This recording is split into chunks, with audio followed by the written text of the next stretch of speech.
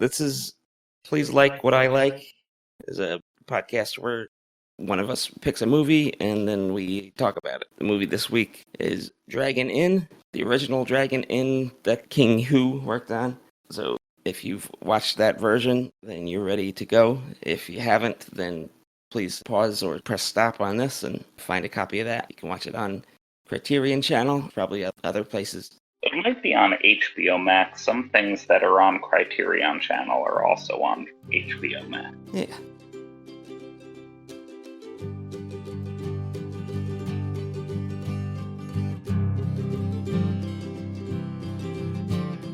I like to think that I do not ask for much. You don't have to sit with me, look at me, we don't have to touch. You don't have to go for a ride on the back of my bike. Please like what I like. This was Joe's pick, so take it away, Joe. All right, so today we're talking about Dragon Inn, the 1967 Wuxia movie by King Hu.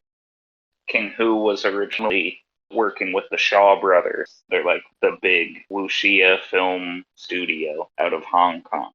Wuxia is kind of like martial arts movies in China. It's a pretty big genre. It's not just martial arts. It's like the period piece drama, and it usually does kind of boil down to like warfare and combat, much like the samurai films in Japan, the Jedi genre was similar. It was just like a period piece, but it kind of like a lot of the ones that became popular ended up being of the samurai genre.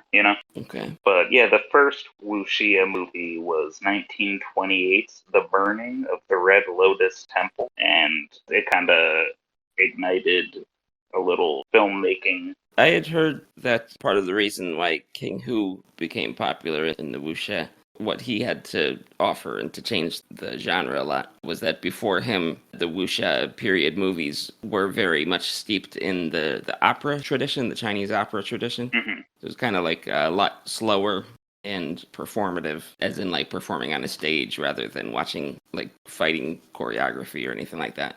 So King Hu was able to inject a lot more energy into it and make it the popular movement that it became. Yeah, he was famous for kind of blending the Japanese Chanbara film traditions, like the samurai films, with Western editing and style. Yeah. And then, he maintained the like Chinese operatic kind of aesthetic for a lot of his movies, and that like kind of gumbo mixed together to create something really different for its time. Yeah. Like the Shaw Brothers were the big operation for the Wuxia movies, and they were like a lot of the stuff they do after this is pretty great. Like I have a lot of their collections, and I'm going to recommend a lot of their movies after this. But even after this time, it was just kind of a big movie making engine. Like it was called like Movie Town in Hong Kong. It's one of the biggest studios ever created. It's like huge sound stages. They had giant lots to film battles on, but it was all very insular. It was like an enclosed engine to just make movies as efficiently and quickly as possible. And King Hu made what some consider to be Shaw Brothers' greatest movie, Come Drink With Me. I love that movie. It's another wuxia movie about a heroine getting revenge. And it's a really good story, and it shook up the wuxia genre by having, an exciting protagonist for a woman. It wasn't really done before in Chinese cinema, and it worked really well, and he kind of dipped back into that well with Dragon Inn, having a lady sword fighter as well.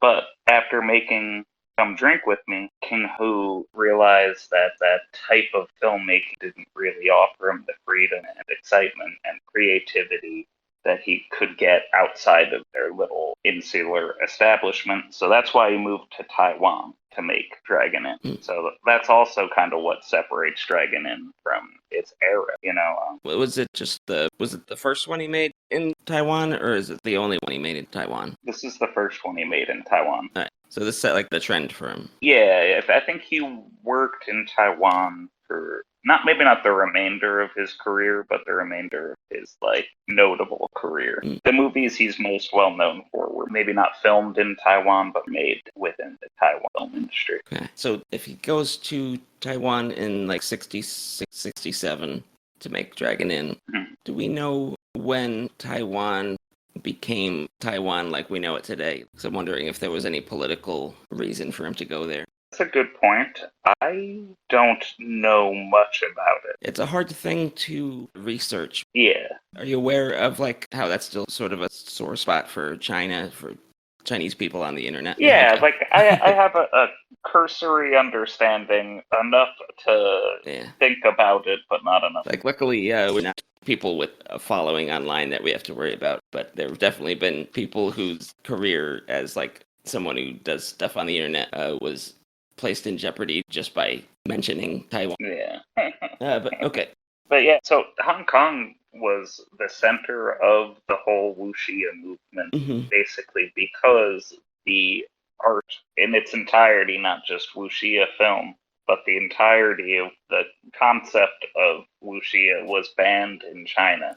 Okay. And so Hong Kong became kind of like a refuge. And even Taiwan itself had banned separate works in the late 1950s. And I don't know if I have my dates right, but I think in like the late 60s, early 70s, there also would have been the Cultural Revolution in Communist China, which would have made it even harder to get creative works approved under the mainstream communist dictatorship, basically. Yeah, so even leaving out the Taiwan part, this is the kind of thing that he only would have been able to do outside of the system, unless he wanted to make something that was about how great farming is. Yeah. So Wuxia movies are basically, any sort of chivalry tale, some sort of chanson de geste or whatever, like samurai movie and stuff like that. Like that the tale of the hero, usually outside of the system, coming to the defense of the people who are either being wronged by the system or not being helped by the system, Yeah. So that whole concept was kind of poo-pooed. Yeah, that makes sense. By mainland China. Also, just while watching Dragon Inn, the two things that I was reminded most of were Kurosawa's Yojimbo and Hidden Fortress. So like, and then like, those two movies go on to influence a lot of Westerns. So kind of see a lot of parallels between this sort of story and the samurai sort of stories and the cowboy sort of stories, kind of a attractive archetype to most cultures, I suppose. Yeah, and it even goes back to chivalry tales. I don't know if I'm pronouncing this right. The chanson de geste. I think so. I'm not very good at French. Or whatever in France, but it's a similar story, just like a hero's tale kind of thing. And it's like that whole archetype of story happens to just be one of my favorites for film and genre film, especially. Like I gravitate towards that style. You can even see it in some film noir where the main character isn't the anti-hero, but more of the hero, Yeah. Like a lot of American tales about gangsters, with a heart of gold. But yeah, I just like that whole story, the hero or group of heroes working outside of the establishment. Yeah. It's universal. All right, so that's pretty much Wuxia. I noticed also, like, when I was looking up what other sort of titles counted as Wuxia, or Wuxia, sorry, that, seems... we're going to be pronouncing stuff in an American way here, and I hope everybody can forgive us. We're trying our best, and we mean no disrespect. Yeah. We're talking about it because we love it. I got the impression that it also covers a lot of sort of fairy tale type stories. Yeah. I don't know if that's another subgenre or what. I don't know exact, what is and what isn't a subgenre or official genre or anything. But Kingu actually does have some movies that actually completely ditch the kung fu and the martial arts and are almost exclusively about Buddhist magic and stuff. But I had already recommended Come Drink With Me. That's his last Shaw Brothers effort. I think he directed one other movie with the Shaw Brothers, but I don't remember the name of it right now, and I had not seen it. His other really big movie is A Touch of Zen. That one's like a 3+ hour epic. It's really great. but it is, again, not quite as focused to sword fighting and martial arts. That's why I chose Dragon Inn over A Touch of Zen. Do you know if King Hu's group that he ends up working with on a lot of his stuff, Mhm. how connected are his people with what's it called, the Hong Kong circus or something? Some kind of circus tradition that a lot of Hong Kong movie stars seem to be The Peking connected Opera. with. That might be it. I thought it was circus. The Peking Opera School was actually where King Hu actually worked there, and he actually helped start Oh, the careers of Sammo Hung and Jackie Chan. He okay. brought them into the film industry from the Peking Opera Yeah, School. those are the two guys that I remember So hearing. close, especially when he was still with the Shaw brothers. Okay. Also, Raining in the Mountain and Legend of the Mountain are two movies. I think he filmed them in Korea, but he filmed them like within the Taiwan studios. But yeah, all four of those movies, you cannot go wrong. They're all perfect. So that's Come Drink With Me, A Touch of Zen, Raining in the Mountain, Legend of the Mountain. Highly, highly recommend. I love King Hu, and it was hard for me to choose this movie over those movies. But yeah, this movie, I like the whole group of people on opposite sides gather in one location, and that's where most of the action takes place. Mm. I think it's been kind of it's a Yeah, that's a structure that you see in a lot of yeah, different and movies. and you see it in a lot of wuxia movies as well, and samurai movies, westerns, and Also comes up in horror movies a lot. yeah. Like there's this whole like subgenre of horror movies where like a disparate group of people gets trapped in a building and have to fend off whatever evil is coming from The outside. Night of the Living Dead. Dusk till dawn. Yeah. And there's crime films and noir Mm. films. It's just a great like little house to build your story on. Yeah. Because that's what gets everybody together. Yeah, and you have so little to set up and so little like to edge along that all you really have to focus on is the movie itself, and lets you just get straight to the meat and potatoes of the film. So King Hu wasn't really a martial arts fan, Mm. and Okay. when he made these movies, he like kind of choreographed them more like musicals or opera.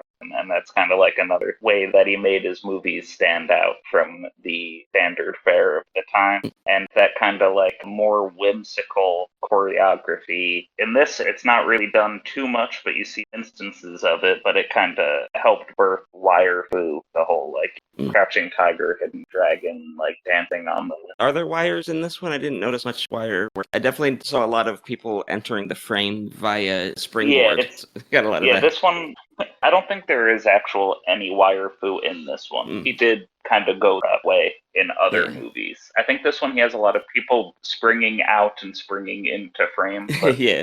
he focused a lot less on believability and reality and focus. Yeah. Less on choreographing fights and more on choreographing the dramatic dance of the battle. Yeah, but those like unrealistic parts kind of end up being some of the most memorable parts of the movie. Like him deflecting the arrow and cutting a guy's head Oh off with my it. god, I fucking love that part. Yeah, I was like, I'm in. Great stuff. I just have one more note. 1967 was also the release of Chang Cheh's The One-Armed Swordsman, Mm, which okay. similarly launched the wuxia genre into mainstream society in a global Okay. way. Like it was no longer just like a little Chinese niche, it was like a global kind of thing. And these two movies together kind of really helped launch that kind of global awareness of the genre. Did these two creative groups, that the people that were making the One Armed Swordsman movie and the people that were making Dragon Inn, did they know and work with each other, or is this like a sign that this change in Chinese wuxia film was going to happen? Do we take the fact that these two movies come out around the same time as a sign that this was an inevitable change in an approach to wuxia making, or do we take it as a sign that these two creators were, friendly with each other and willing to share ideas? I think they shared ideas so much because the Chang Cheh movie was released through the Shaw brothers. I think it was just kind of like the two biggest artists in the next decade Mm, kind of springboarded at the same time. Like Chang Cheh and King Hu were both kind of coming up at the same time. okay. One just happened to leave the Shaw brothers, and the other stayed behind at the Shaw brothers and made a big name for himself there as well. Yeah, so it's just overall a great year for wuxia. Again, I'm going to say one more time, I don't know how to pronounce any of these names or words, and I'm doing my best because I love it. All right. But now moving on to the meat of the actual movie now, right? Yeah, so let's go down. I know we don't always do a synopsis, but because, the conceit is that people should have seen the movie first, but it's quick. It's a really simple story. Yeah. Most of the movie is about the action. It's fine. Do whatever way you want to do. So, Zhao Shaoqing, or Cao Shaoqing, I don't know how to pronounce the first word. It's CAO, but there's alternate spelling that is ZHAO. I don't know if it's supposed to be a soft C or not. I think it's Zhao. The eunuch. So, Zhao Shaoqing, a eunuch of the emperor's court, orders the execution of Minister of Defense Yu Qian, who was accused of insurrection. After the beheading, Zhao orders his troops to kill Yu Qian's 3 children. After the failed assassination, they're being escorted in the direction of the Dragon Inn. As the assassins from Eastern Depot await Yu's family, Yu loyalists begin arriving incognito, and that's where the action of the movie takes place, this Dragon Inn. Yeah, going to head him off at the pass. Yeah, it's never said exactly where the Dragon Inn is. It's just, I think, on the northern border near Mongolia. Does that sound right? I didn't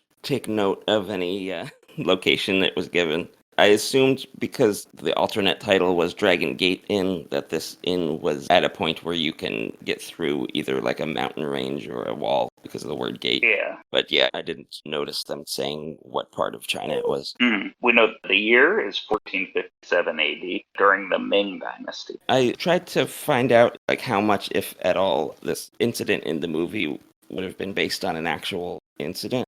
I don't think it is. The guy in, like, the main smart aleck guy that shows up first at the Dragon Inn after the bad guys, Zhao Zi? His name Zhao is Zi. also, Zhao Zi. He was loosely based on an actual Ming Dynasty soldier, but not many details seem to have survived about the actual guy that he's named after. So King Hu might have just taken the name to sound authentic. So I don't think this is based on a real story. And I guess Wu and Yu are basic and simple enough names that they could have just been like archetype sort of idea characters rather than actual historical figures. If I'm wrong, I'd like to know. But yeah, I really like how the antagonists in this movie are given kind of like a full intro in the beginning. Yeah. You kind of like know who the bad guys are. It starts off kind of looking like a newsreel with like with the marching troops with the voiceover. Yeah. And then the protagonists are like all hidden and introduced kind of like one at a time naturally in the unfolding of the story. I really like, you don't see that a lot. Most of the time you know who your heroes are, but you're introduced to the villain throughout the story. But in this one, it's kind of like, here are the bad guys, start movie. Yeah. Well, it's kind of like in kaiju movies, kind of sometimes starts out like that, where you get a lot more information about like the military has noticed this monster coming, and then like halfway through you start finding the heroes popping up. Yeah, you're like, oh, okay, that person's going to be a protagonist later. Yeah. Do you know like why why they bring up that the bad guys are eunuchs, or that the main bad guy is a eunuch? What that implies about him? I think they're like advisors. Yeah. They're like advisors to the crown. Yeah. They're like Jafar type characters. Yeah, and like what I had gleaned from just doing research on the movie is that it was like a period when advisors and stuff were getting an unusual amount of power from their relation to the crown and abusing power. It was a way into the royal circle without being related by blood. It was like if you were willing to be castrated to get close enough to the actual royal family that the king didn't have to worry about you inserting yourself into the bloodline. And that was like a way for people to actually, become powerful and rich based on things they could actually do instead of who they were. Yeah, and it feels like this was just like a period where they were using that influence to acquire more power that their role wouldn't have normally given them. Like, I think the inference here is that Zhao had the Minister of Defense executed so he could kind of get some of his power. Exactly, yeah. I think it's just something that people who are reasonably well educated in Chinese history would take a shorthand as like these are advisors to the king that are making a power grab without having to explain everything they actually did. Yeah, so the good guys are starting to assemble at the inn, right? Yeah, the first good guy we see is Zhu Ji in the yellow, although we're not given his name until later, but he's one of the people that stopped the assassination of the three kids during a scene, and it's not really set up. You can follow. Okay. Yeah, Zhao is actually the first one we're really introduced to. He's the one that shows up to the inn first, and I think his whole introductionary scene, it's like 20 minutes, just like him and the bad guys at the inn interacting, and I think it's just a masterclass in showing that these are the people who are cruel and bad, and this is a guy who is good. And I just love it. Like, I think it's lively. It's got like a light tone, but a lot of tension. It's like really great. And like the guys who work for the Eastern Depot. Eastern Depot, those are the bad guys, right? Yeah. Okay, so the Eastern Depot guys and Zhao Ji, they both have a sort of smarmy overconfidence to them, but like with the bad guys, they expect to be allowed to do whatever they want because they're used to having clout and a position, whereas Zhao Ji, he throws his weight around, but he knows that he's going to have to prove himself, so he's like ready to defend himself at any moment, whereas when you actually fight back or like push back against the Depot guys, they don't know what to do about it. Like when Zhao Ji sits down with the guy with the flat hat, is that Mao, the guy with the flat hat? I think so, yeah. And the guy with the flat hat is like, you're going to have to give me justice for the guys you killed. And he's like, well, all right, let's call the police over and you can explain how you tried to poison me and how you killed porters while you got here. And the guy just gets flustered and walks off because they just expect, everyone that they stand up to show their belly, and whereas Zhao Ji's willing to actually take on anybody. So it's like two forms of confidence, like actual confidence where you know what you're capable of, and confidence where you're just used to getting what you want. And that whole, like, the mutton noodle poisoning scene, that scene is awesome. Like, the way that you can kind of, like, chuckle at the server who actually works for the restaurant, who's kind of being strong-armed into serving the poison to Zhao. That guy kind of has like a comic relief quality about it. And there's like a little bit of laughs you get here and there, but the whole scene maintains a kind of tension that anything can happen at any time. And like it's something that you don't see much outside of like Hitchcock. You know what I mean? Like that kind of balancing light tone and real tension. Like there's stakes.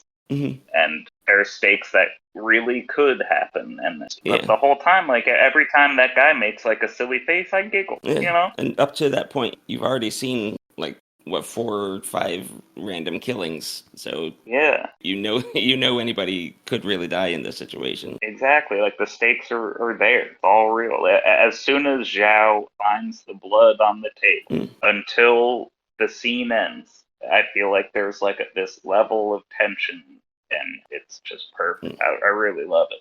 It's like so simple. The wide shot during his fake poisoning when he pretends to die, it like looks beautiful. Is that also one of the scenes where there's stuff going on in the foreground and the background at the same time? So there's definitely a few things like that. That's something that is always nice to see done well. It happens in a few of like Woody Allen's early comedies where there'd be like a funny conversation happening in front while there'd be a slapstick sort of situation going on in the back. Yeah, he's got such a talent for like just like choreographing non-fights as well as fights. Like everything seems so like perfectly staged, and it's like a dance of camera and actors. Can I ask a dumb question? Sure. Okay. I might not be able to answer it because I am also dumb. So when the Depot guys show up, they've got this palanquin full of swords that the porters have been carrying around for them. And the porters at this point don't know the danger they're in, and they're trying to finagle some payment for their work. And then it turns out that the palanquin was full of swords, and they used the swords to kill the porters. Why would you put all your swords into a big heavy box instead of having each soldier carry a sword so that you don't have to hire porters to carry around a big box of swords that you don't intend to pay them to carry? It's a good question. No, they're supposed to be in this mission in like a clandestine kind of way. Like, I don't think they're supposed to be soldiers leading to kill people. So they didn't want people to know that they had weapons. Yeah, because I think Eastern Depot, like, I don't think they're supposed to be like troops. I don't really know, honestly. The movie gives you just enough information to enjoy the movie. Yeah. I'm currently watching a series of compilation anime movies that was made out of Reconquista in G, which was a semi-recent Gundam series that I had mixed feelings about. Hmm. But that's one of the things going on in the early story, is that the capital city is supposed to just have troops to guard the capital city called the Capital Guard. And suddenly there's these soldiers calling themselves the Capital Army. And, you know, when people say, like, the Capital Guard's not supposed to be able to do that, they're like, well, we're the Capital Army. I don't know. Hmm. It just reminded Yeah, me of I think that's the same thing because they're the Tartar brothers who come in like halfway through the movie. Actually, probably even more than halfway through, but they give kind of a little more fleshing out. They make it sound like the people in the Imperial Guard get kind of put into the Eastern Depot.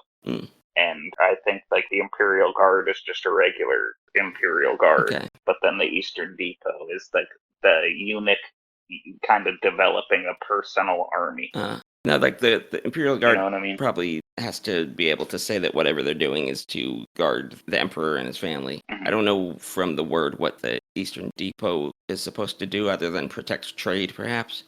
But yeah, I think like the Emperor probably gave the guy Zhao something to do, and it was like, oh, the Imperial Guards can't do something like that. We're gonna need the Eastern Ah, Depot, and like he got them to like make a little hmm. army for himself, and then abused and fleshed that out. But that's also me just kind of inferring a whole bunch from this very simple story. Yeah, that's true. Yeah, there's no answer within the movie itself. But like, just yeah, like I do feel like the Tartar brothers kind of have like a little like they're not even characters; they're just little bits of information that get deposited halfway through the movie that help you understand some things a little better. Hmm. Because I think they like die in like the beginning of the climax. Do you have anything else about Zhao Ji? Or are we moving on to the next guy? Yeah, let's move on to the Zhu Yeah. siblings. Is that how you would pronounce that? ZHU, Yeah, like a cross between a Z and a J. Zhu. like making a nice Like shoe. yeah, like the stuff you get with a roast beef sandwich. Hmm. Okay. The Zhu siblings. I like when they arrive. I liked there's like the scene where the Zhu siblings are at dinner with the Eastern Depot people, Mm. and they're all kind of like sitting around each other. Do you remember that Yeah. scene before like battle lines are Well, drawn? is that Pretty the much. same scene where the note gets passed about the poison, or is that a later? Yes, that's it. Okay. What I really like about this scene is the acting. Hmm. Is very good. These people are clearly not acting like themselves, Yeah. but they're also not acting in such a way that it's like American movies. Whenever somebody's acting, it's always like over the top and Yeah. bad or something. This felt so natural, but it still felt like people acting. Does that Well, make sense? you can tell Like that it these are felt really people great. putting on layers of artifice. Yeah. Hmm. Well, I mean, I feel like it's a fine line, and they walked it really well. I got to ask about Miss Jew. Okay. What's the deal with why the actress didn't even try to disguise her voice to sound male if she's supposed to be a male in that scene? I think it's just a thing in like that kind of storytelling. Yeah. Because Come Drink With Me, the other King Hu movie, the main character is pretending to be a man, and I didn't even know that was what was happening because it was Mm. just a lady on screen. I think it's just like a thing. Like they're just like, Maybe it's just a cultural like taboo where like even if it would help tell your story, the actress probably doesn't want to give up a look of femininity, I guess. yeah, I don't. It's just like a woman would never wear that outfit. Clearly a Yeah. man. And she even appears to be wearing a lot of makeup. Hmm. Yeah, it's weird. It took me a while during that scene to even understand that that's what's happening. Till like I think it's Yeah. when one of the depot guys tells her brother that like you've got to control your brother or something like that. Hmm. But yeah, I guess you could infer it from the way she acts if you know enough about like polite society, I suppose. Yeah, like I think maybe us as outsiders just aren't Yeah, yet. there's definitely like a brashness to her while she's pretending to be a boy Hmm. that isn't quite there when she's not. Did you watch the interview with the lady that plays her that was on Criterion Channel? I did not. I have the Blu-ray. That's where I watched it. That Okay. interview's probably on the Blu-ray, but I am not always on special features. She seems like an interesting person, but she is very, I don't want to say full of herself, but that's kind of the impression I got. Like, her interview is mostly her talking about how great she thinks she is. But, like, apparently this was her first role on film, and she was in high school at the time. And I mean, she is very good for someone in high school on her first film. Yeah, very. And, like, her training, I think in high school she was in some kind of, like, sword fighting club, or she had some kind of experience that would make her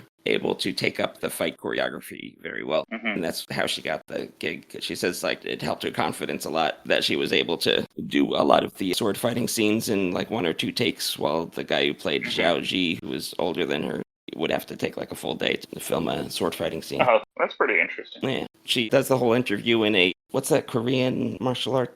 Taekwondo? It might have been. But she's wearing some kind of gi during her interview, and apparently she's not acting anymore, but she still does martial arts. Oh, that's pretty interesting. But yeah, neat interview, if anybody wants to check that out. I do like watching interviews and stuff, but sometimes I just want to get on to the next movie. Yeah, I usually don't. I've always liked commentary tracks, Mm-hmm. like back in the highfalutin DVD days when everybody had DVD collections. Oh, yeah. It was fun to watch something you've seen before with commentary, but I never really went hard on behind the scenes and interview stuff. I've just been doing it to try to get more things to talk about for these. We should start doing it, because I have the means, like, I have a Blu-ray collection with all these special features on them, and I don't take advantage of them as much. I just buy the expensive ones because the transfer. Going back to the Zhu siblings, is that... Yes. Do we find out if that's their real name or not? I don't know. Because, like, General Wu or Minister Yu, who's the old guy? Minister Wu. Okay, Wu is... Yu is the dead guy. The guy who recognizes them. Yeah. Right, so Wu recognizes them, so I would assume that Zhu is not their real name then, because he recognizes them because he sees them, not because he heard that they were here. And also, since, like, he recognizes them as the son and daughter of someone who served under Yu with him, yeah, that the rest of Yu's people would probably know who they were if they used their real name then. Okay, should we talk about Wu next? Yeah, we can.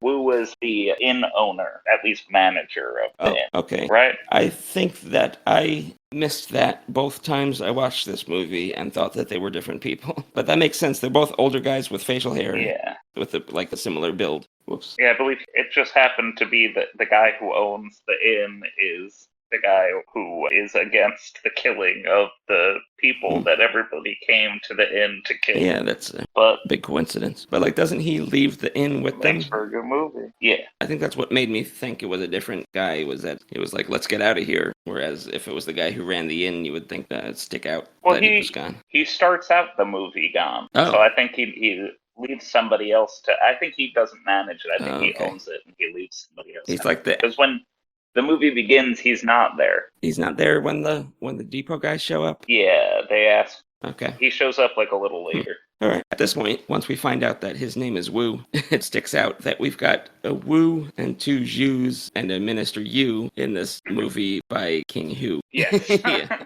That's it. That's all I wanted to say about that. I really liked that night scene where the Eastern Depot were trying to pit the Zhus against Zhao. And it just turns into some weird screwball comedy of people coming and going out of rooms.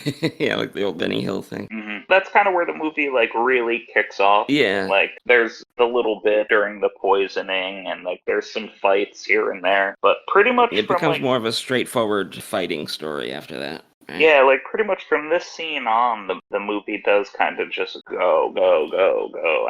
And it's got, like, a real pace to it. But I like when they go to leave, and Wu says, "We must leave quietly." And then it's followed immediately with the killing of the 2 loudest diers in the whole Eastern Depot. I've never heard people die so loud than immediately after someone's just like, "We must leave quietly."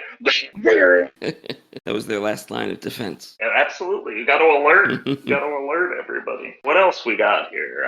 Do you have anything? Those are all the pretty much plot points I wrote down. The last like half hour, 35 minutes is the final showdown. You want to talk about the final showdown? The final showdown's so fucking cool, Mike. It is, yeah. I think it's why I chose this one.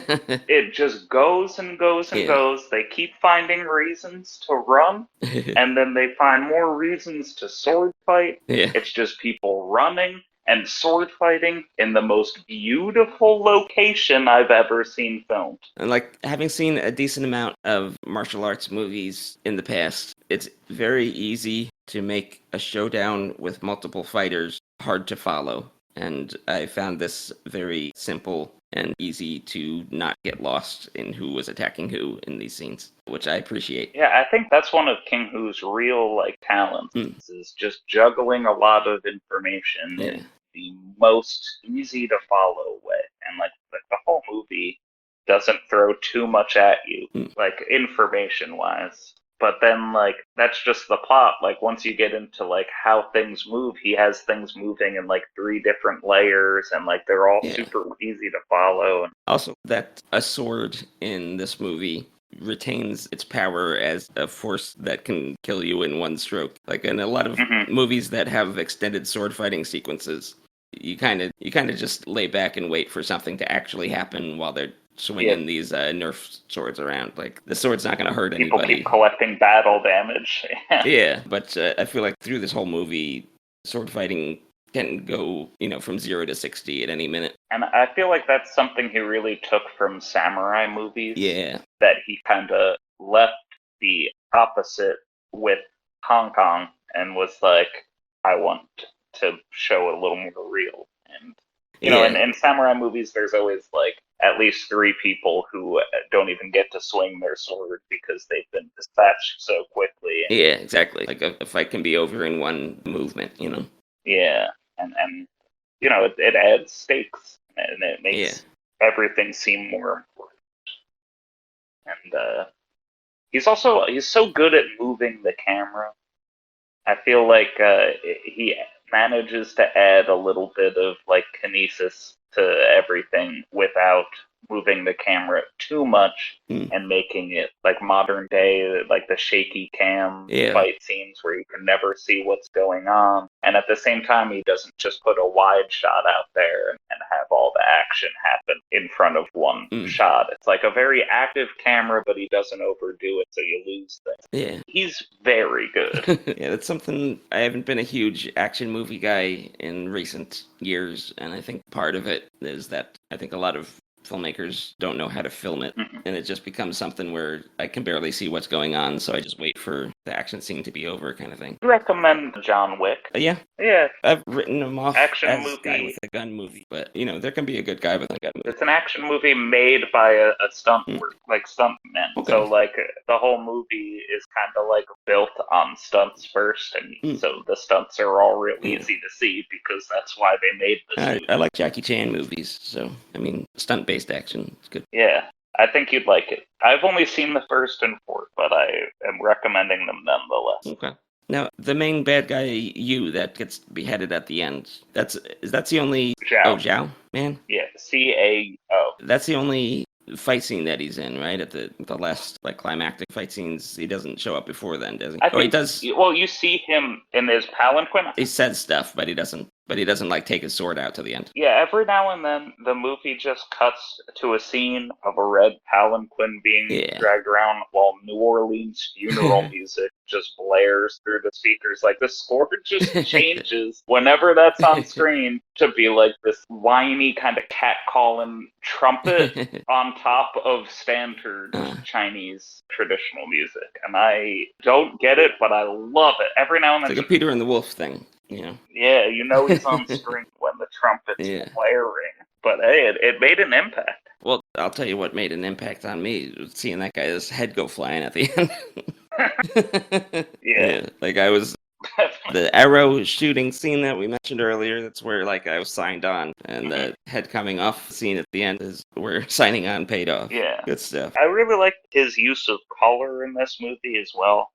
A lot of the movie is, either indoors in this, brown wood inn or outdoors in this kind of either desert or forest, depending on what part part of the movie they're in. Yeah, it's a lot of the outdoor scenes before that showdown at the end feel very desolate. Yeah, but there's always like one thing on screen at least of a color, and it kind of like it's just this little splash. Like there'll be someone with a bright colored shirt, or the palanquin will be followed by like the red umbrella. It's very good use of color. It's not like a very colorful movie. Like it's not. No. That's not how I would think of it. But his use of color really like Yeah. pays off in the image. It seems to be there for contrast a lot. Yeah.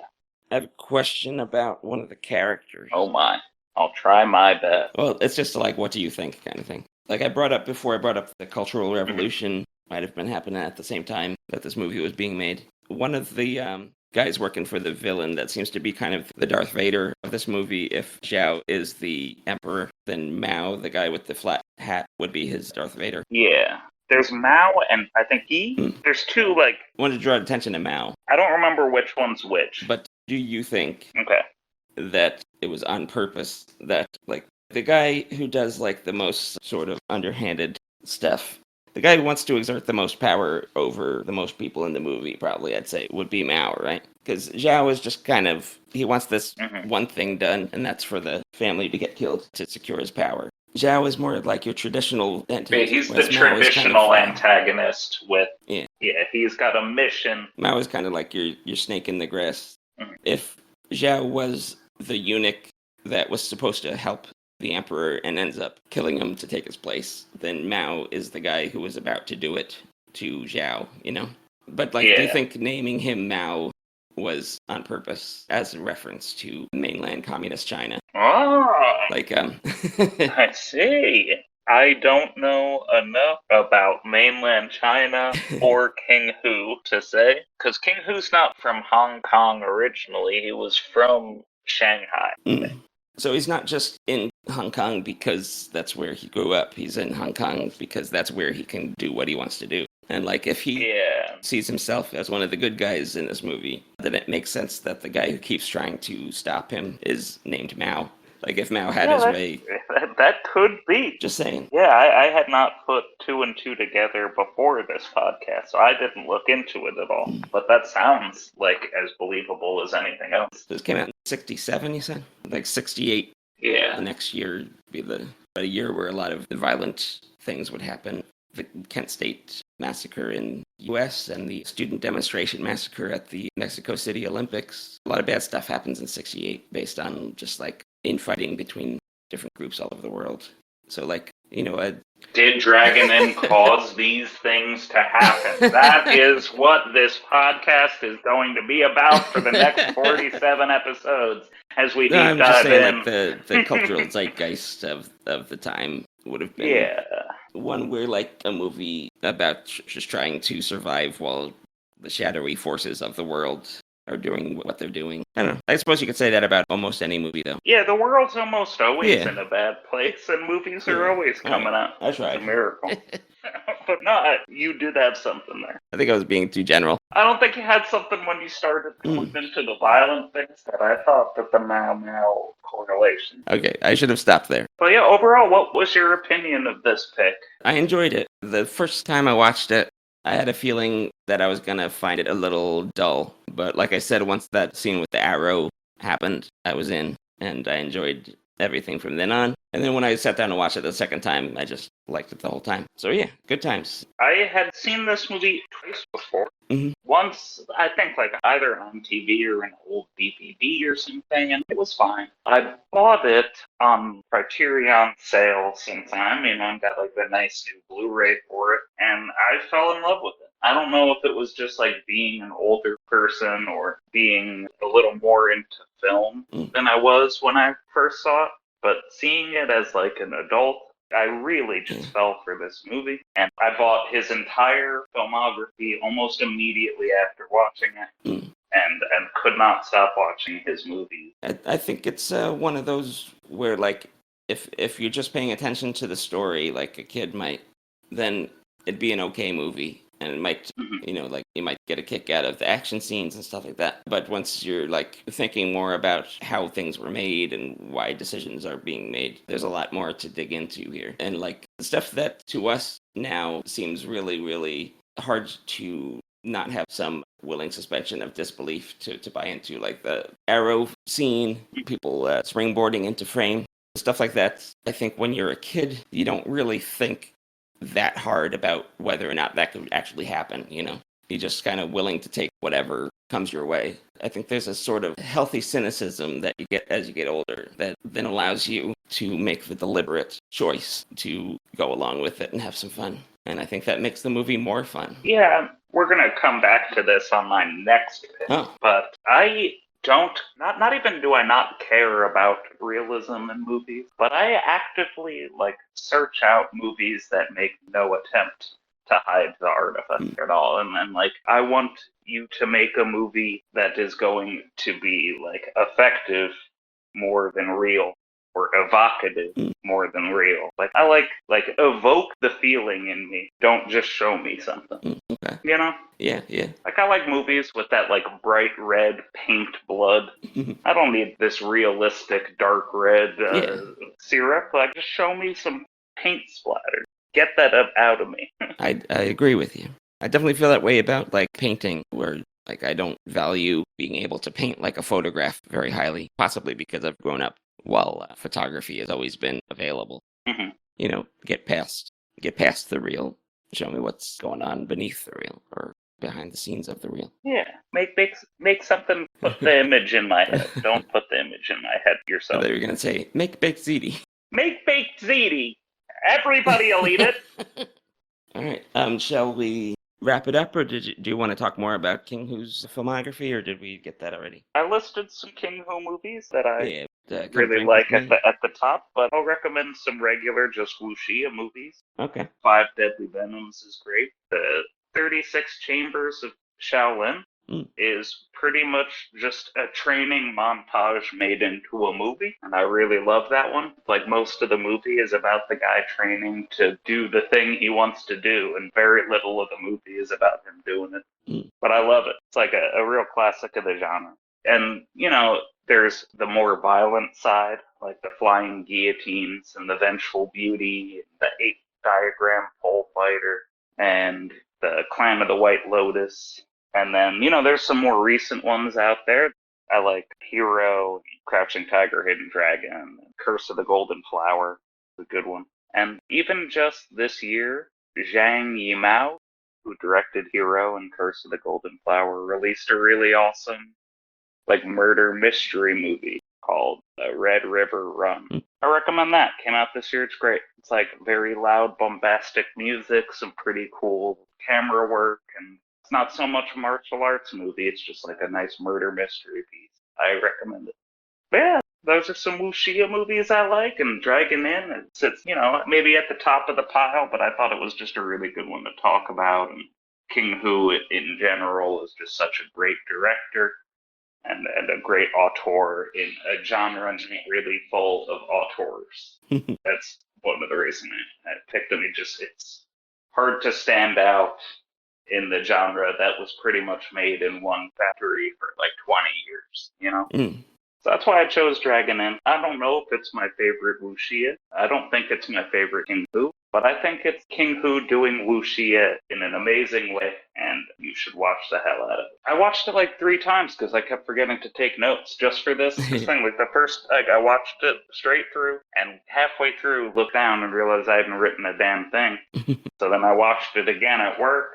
I wrote very little. And then I just watched it kind of quickly. I skipped around a bit just to get my notes fleshed out. But like I had the hardest time watching and writing. Even You just want to watch I watched it Thursday and then tried to watch it Saturday and I still couldn't write. it. It's a movie that really sucks you in. I think because it's so simple and gets started so quick. Yeah. Love it. And it's a hard one to get yourself to like press pause or anything on it, because it keeps the pace going. There's no like obvious downtime, There's a few spots where the characters aren't particularly doing much, but there's still tense moments then because you don't know what's going to happen yet. Yeah, for like a 1960s movie, it's got a very modern kind of feel to it. It doesn't feel hokey or dated. It's just like it's a movie that just keeps giving. Should we say something about Goodbye Dragon Inn? Yeah, of Yeah. course. I love Goodbye Dragon Inn. I haven't watched it. I would like My to. recommendation is don't make it your first Tsai Mei Liang. I don't know how to pronounce his name, but I wouldn't make it your first of his movies. Okay. I think he's a really great director to watch his oeuvre in order, because he's kind of like Ozu, where he develops a style. Okay. And then his last movie is a really good example of that style. It's interesting to watch him kind of strip away everything he doesn't need to make the style work. Okay. And his movies kind of become really minimalistic in an interesting way. And Goodbye Dragon Inn is his first, like, very, very minimalistic movie. There's like no real dialogue in the movie. Everything that's said is said in the movie Dragon Inn, but it fits in the little tableaus he created. It's a really awesome movie. It's like really different. Yeah, it sounds like a fun concept. Than anything you've ever seen, and it's feature length. So if it works for you, you'll really love it, and you'll have a hard time finding anything like it. But he has other movies, like his movie Days is his most recent one. Like I said, it's kind of like he kept removing things he felt like mainstream cinema has that his style doesn't need. And by the time he gets to Days, his movie has no dialogue, and it is not difficult to follow at all. Okay. No one says a damn thing, and you'll know exactly what's happening. There's no title cards, there's nothing. And it's great. I love it. I'd also recommend his movie Stray Dogs. But like I said, watch his thing in order. At least start with Rebels of the Neon God. Oh, okay, that's that guy. And go from there, because that's like his first movie. And it's pretty indistinguishable from the other movies of the Taiwan New Wave. But yeah, he has his own thing. I've seen a bunch of his movies, and I love them. So that's a side tangent recommendation for Goodbye Dragon Inn. But I recommend you just go watch his filmography. He's great. Well, good pick this week as usual, Joe. I'm glad you liked it. And what is your pick for next week? Yeah, the next one we're doing is Sidney Lumet's 70s classic Network. If you know anything about this movie, it's that you're mad as hell and you're not going to take it anymore. It's that movie. Remember that from UHF. The only Sidney Lumet movie I had seen thus far is Dog Day Afternoon. Yeah, that's also a classic of his. It's on Criterion Channel right now, Dog Day Afternoon is. Unfortunately, Network isn't. But I have seen that one and loved it. I went through a John Cazale thing where I wanted to watch all the movies he was in because he wasn't in many. Sidney Lumet had a long career. He was part of like the New Hollywood movement in the 70s. But he had done 12 Angry Men, which was a big movie. Network, of course. And he would continue making movies throughout the 90s and early aughts. His last one was Before the Devil Knows You're Dead, right? I'm not sure. That's the most recent one I saw. Yeah, that was my backup for if we couldn't find a way to watch Network. I'm sorry for picking a movie that's not easily findable right now. I don't know why no one's streaming it, but hopefully you can find a copy of Network. That's okay. I don't mind paying $3.99. Yeah, I'm sure you can rent it for that somewhere. That's usually what you can get movies if you're on, whatever renting you use. Yeah, just pretend you're making a trip to Blockbuster. Did he make this movie before or after The Wiz? Well, The Wiz was 80s, I think, so so this is Network's before The Wiz. Gotcha. Yeah. I've never seen The Wiz. I know it's considered to be pretty corny, but I think it's also one of those movies that some people saw it as kids and loved it. I don't know. I remember the music. Oh, okay. About it. No, I mean, like, I've never seen the movie, but I've heard the music, is what I meant to say, but I said it like an idiot. I didn't think you sounded like an idiot. I know what you meant. Okay. So, yeah, Network with Faye Dunaway. Oh, okay. Yeah, I love Faye Dunaway. Like, she was celebrated at the time, but I think she became unfairly maligned based on Mommy Dearest being a crazy person? No, well, I just mean like in her movies. Oh. Because have you ever seen Mommy Dearest? I haven't, no. I think Mommy Dearest is not a bad performance from her or a bad movie. But the character she plays is kind of an over-the-top version of... What's her name? Shoot. Joan Crawford. Joan Crawford, yeah. And like a lot of the lines from that movie get sort of referenced by people making fun of them. But, she's supposed to be a crazy mom that's hell to live with, and that's what the movie's about. So she did a good job at that.